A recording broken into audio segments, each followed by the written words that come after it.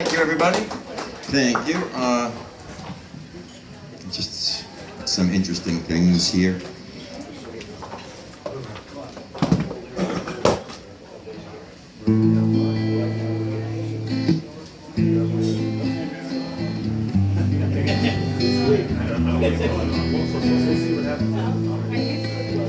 Take, if you will, a picture of you and I engaged in a kiss. The sweat of your body covers me. Can you, my darling, can you picture this?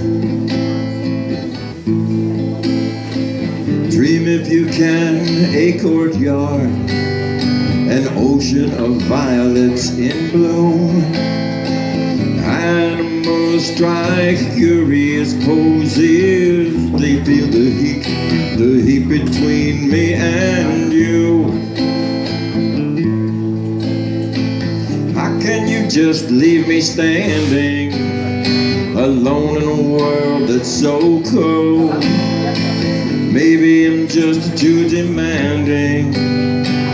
Maybe I'm just like my father, too bold. Maybe I'm just like my mother.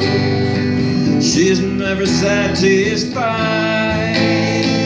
Why do we scream at each other? This is what it sounds like when doves cry. Touch, if you will, my stomach. Feel how it trembles inside. You've got the butterflies all tied up. Don't make me chase you, even doves have pride. How can you just leave me standing alone in a world that's so cold? Maybe I'm just too demanding. Maybe I'm just like my father, too bold. Maybe you're just like my mother. She's never satisfied. Why do we scream at each other? This is what it sounds like when doves cry. Thank you. And here's a Jackson Browne song that I don't know the year of.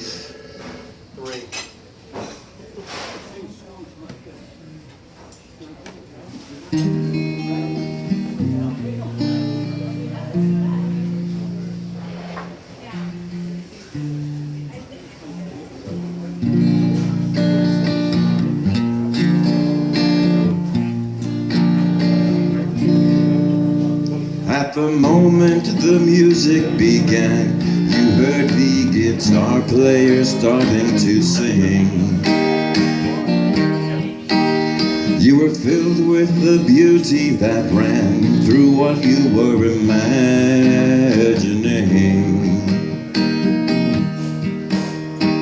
Dreaming of song swings from our songs of love.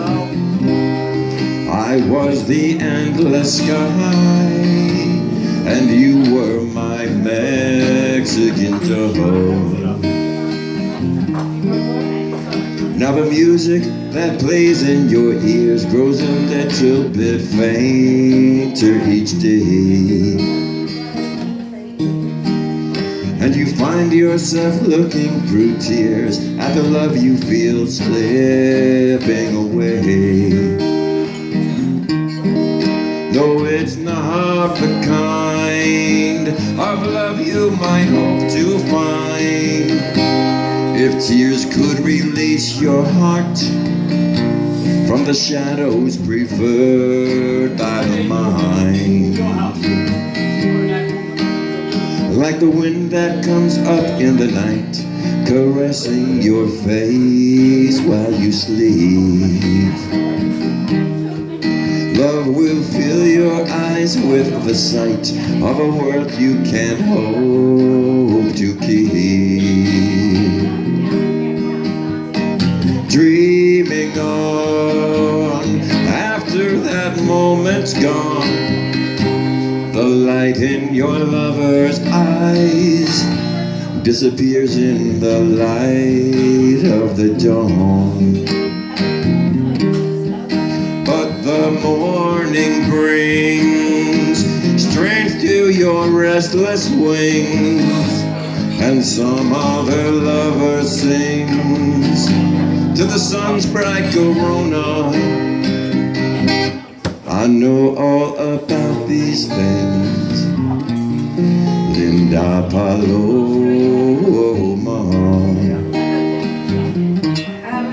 Fly away,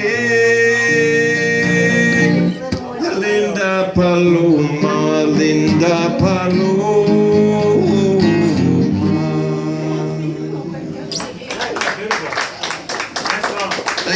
Thank you, it's a beautiful song. Okay, the next song was written in 1904. Now, I did know. In 1905, it sold like, it was like a #1 hit in records. And they did have records in 1905. So it was like a big hit. I'm having a little dilemma with this stuff here. Oh, look at you. Right, there was cylinders, right?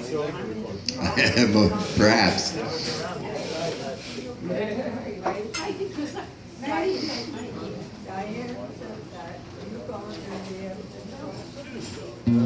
I'll tell you what, I will turn pages. Okay, do me a favor. Let's just do that. Keep this page showing. Since Yeah, I'll just turn when I off. get past that page, just drop that one, right? So we'll just go like this. And I will get behind here and I will picture. No, that's fine. That's not a picture. They didn't have electronic amplification. Okay. It is called, and many people have recorded it since, of course, the New Christie Minstrels, Jim Kweskin, Jerry Reed. So it's a fun little number. It's called The Preacher and the Bear. Sorry, kids.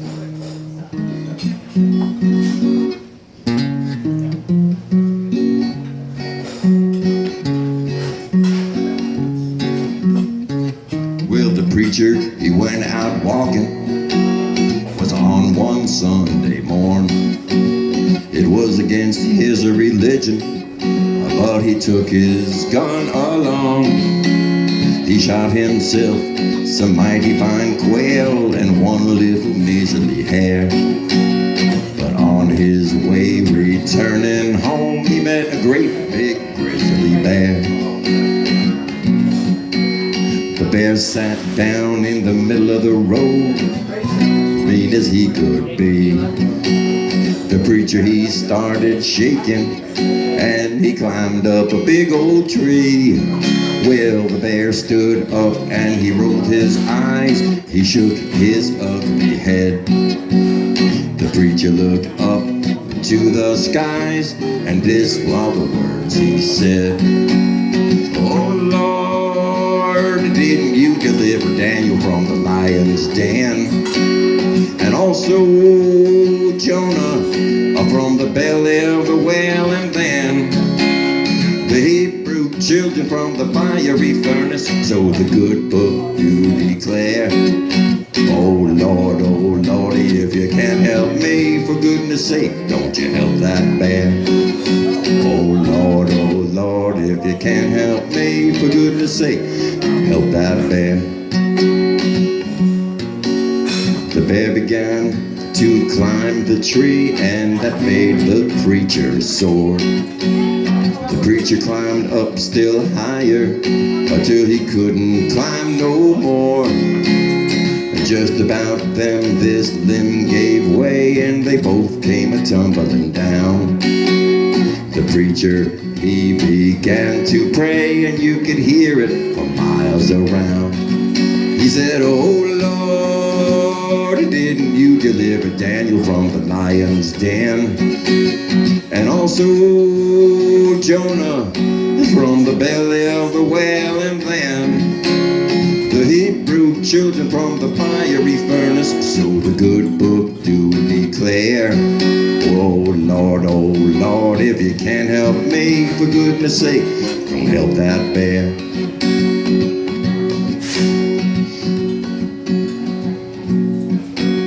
They fought all the way down to the river. It was a terrible fight. The bear was really laying it on, but the preacher, he was doing all right. He dragged that beast right down to the water. It was 3 times in and out. Then the bear got loose and he limped away. The preacher, he began to shout, everybody now, oh Lord, didn't you deliver Daniel from the lion's den? And also Jonah from the belly of the whale, and then the Hebrew children from the fiery furnace. So the good book do declare, oh Lordy, if you can't help me, for goodness sake, don't you help that bear. Now Lord, it may not seem like much from where you sit up there, but the hardest job I ever did was baptizing that bear. Yeah, the hardest job I ever did was baptizing that bear. All right. Thank you. All right, big hand for Brian. That was cool. All right, unpluggable.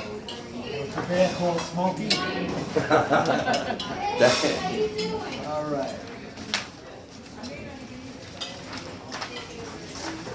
Wow.